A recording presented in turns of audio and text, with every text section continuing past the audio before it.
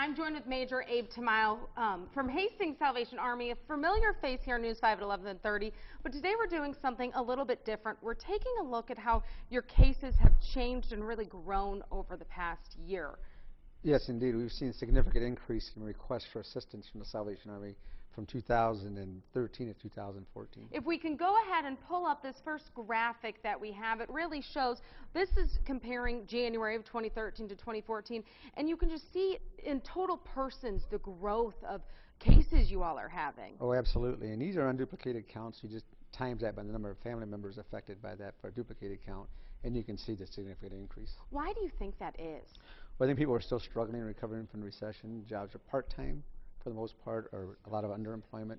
People are not able to secure employment at the rate of work that they qualified for. And so we see those repercussions. Plus, in January, we're coming out of winter cold. And so we see it. If we move along to February, the next year, you see that utility assistance, of course, a cold month, and utility assistance has really grown from 2013 to 2014. It really has. And we are the primary utility assistance agency in the community, so people need utility assistance. They generally get it through us in cooperation with the utility department. So we have to work on those things and provide those essential warmth in those cold months. When we go to March, comparing those 2 months, of course, a huge jump with utility assistance, but then also food pantry referrals are something you all are seeing a lot more of. We do see a lot of that. In fact, this last summer, a year ago, there's about 3 or 4 months where we provided 70-some% of the referrals to the Hastings Food Pantry.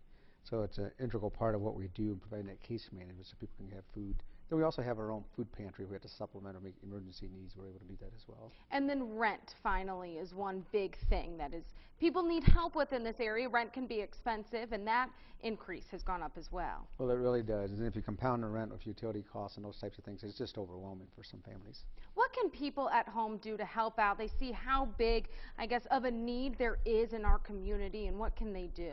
Of course, financial contribution is always the best resource people can give to us, so that we can target these areas of need and make that money use that money as wisely as we can to meet those needs. Now, it's important to understand that we don't just hand out and just pay off utility bills or whatever.